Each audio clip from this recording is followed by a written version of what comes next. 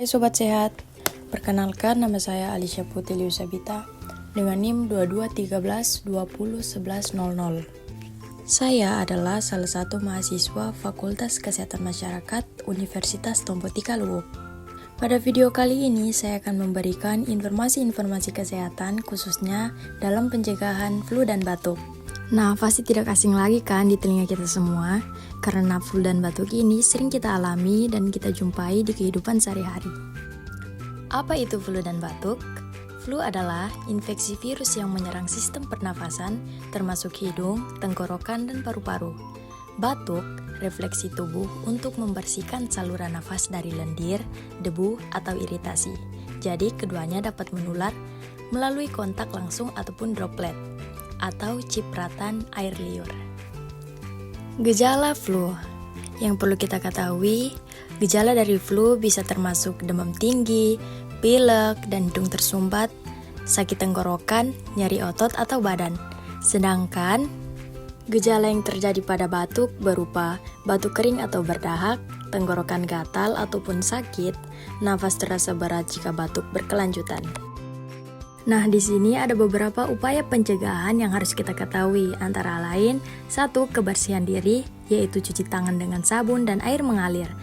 Hindari menyentuh wajah seperti mata, hidung, dan mulut. Yang kedua, gunakan masker seperti saat di tempat umum ataupun sakit.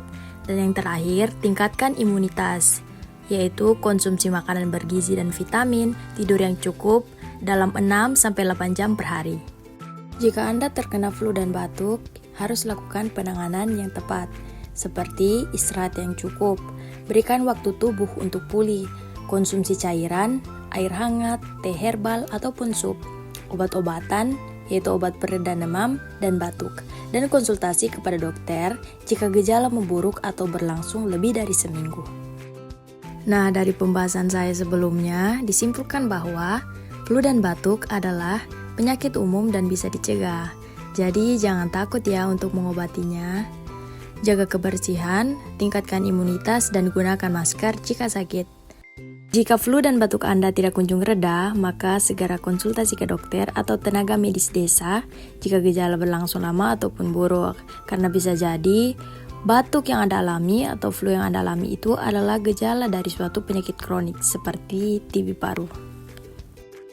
Mungkin cukup dulu video kali ini, semoga bisa bermanfaat dan bisa direalisasikan untuk kehidupan sehari-hari. Dan salam sehat, terima kasih semuanya.